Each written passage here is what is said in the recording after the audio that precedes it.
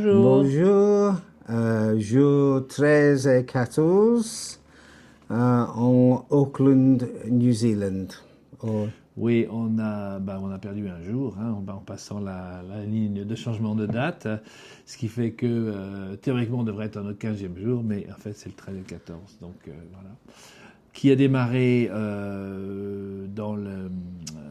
l'aéroport de Vancouver, le lounge, le salon réservé aux business class, qui était assez bien fait en fait, avec pas mal de choses, bien sûr gratuites, des salades, des choses comme ça, aussi des plats chauds d'ailleurs, du vin à volonté, etc. Donc là, on n'a pas trop, on n'a pas trop vidé parce qu'on savait qu'il y avait, on aurait un dîner sur l'avion, dans l'avion, donc on n'a pas trop, c'est pas trop empiffré.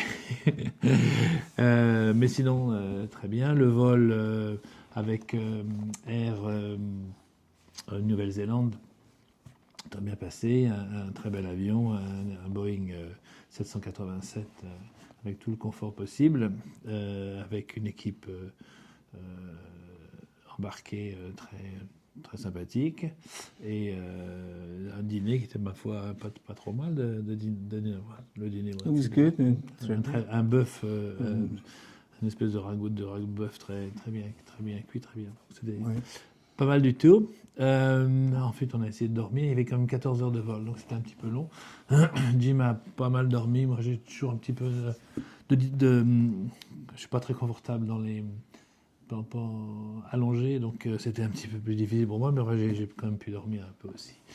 Ce qui fait qu'on est arrivé à Auckland à 5 heures du matin, 2 jours après, et on est arrivé donc dans ce bed and breakfast qui était très très confortable.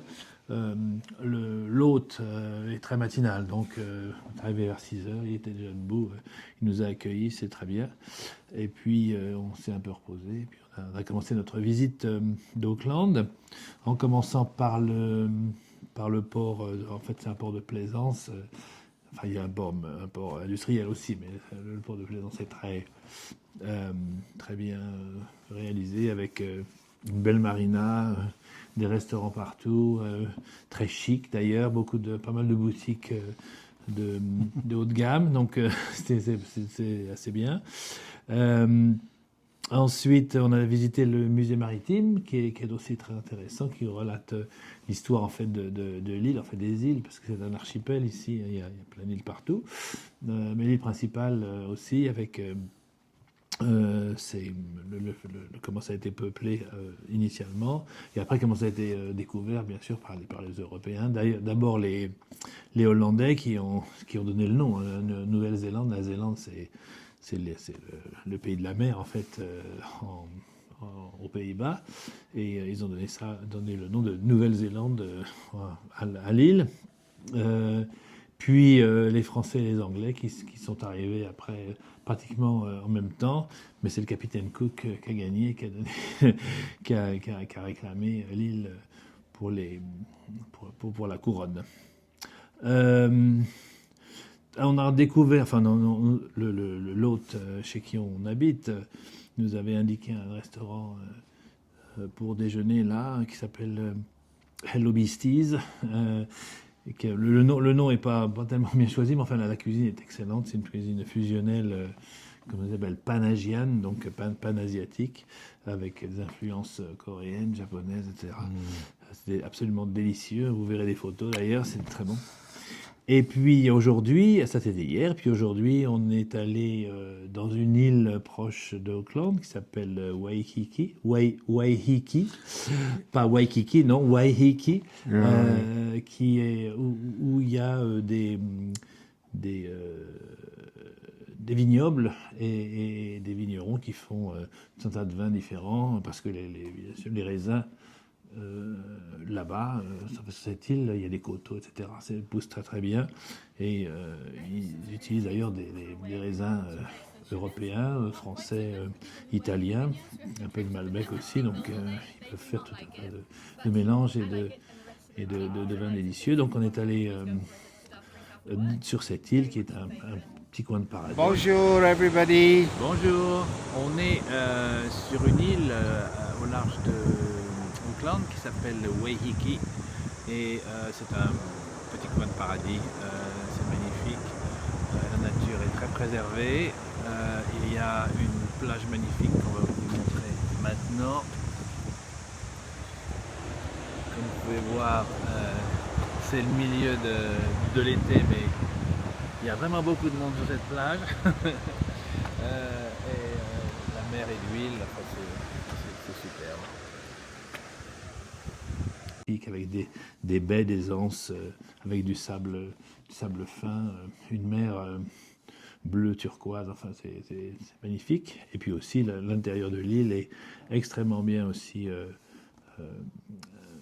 utilisé d'ailleurs, où il y a des vignobles, mais il y a aussi depuis quelque temps des gens qui viennent, des gens de la ville d'Auckland qui s'achètent des propriétés là et qui font bâtir des maisons de vacances extrêmement chic, je dirais, avec des jardins, comme disait les manucurés, taillés au cordeau, etc. C'est magnifique. On sent qu'il y a du fric, quoi. Déjà. Ça rappelle un peu le Cap Ferret, si on peut dire. Avec en plus, bien sûr, les chais qu'on a d'ailleurs visités. On est allé tester du vin goûter le vin dans deux chez deux vignerons, deux vignobles.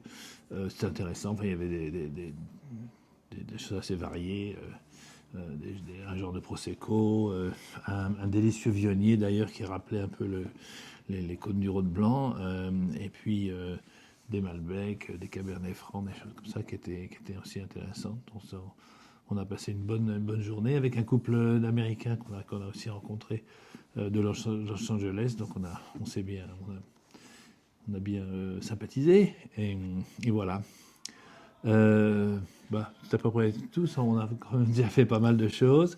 Un petit mot sur le transport public, le réseau de bus est vraiment très bien fait, ça coûte pratiquement rien, on tape sa carte ou son téléphone en entrant, et on la tape en sortant, et on regarde qu'on a eu à payer, là, 10 cents, c'est vraiment rien du tout, et c'est bien fait, il y en a beaucoup, très souvent, etc., et ça va partout, même sur l'île qu'on a visitée, il y avait des bus aussi. Il y avait bien sûr des bus de tourisme qui vous arnaquent pour faire le tour de découverte, mais si vous prenez le bus public, vous passez par les mêmes coins et ça coûte rien. Donc un conseil, si vous allez là-bas, prenez le bus, prenez les transports publics et pas les tours opérateurs. Voilà, c'est bon. C'est bon. On est bien. On va vous montrer les photos et on vous dit à demain. Au revoir. Bye. Bye.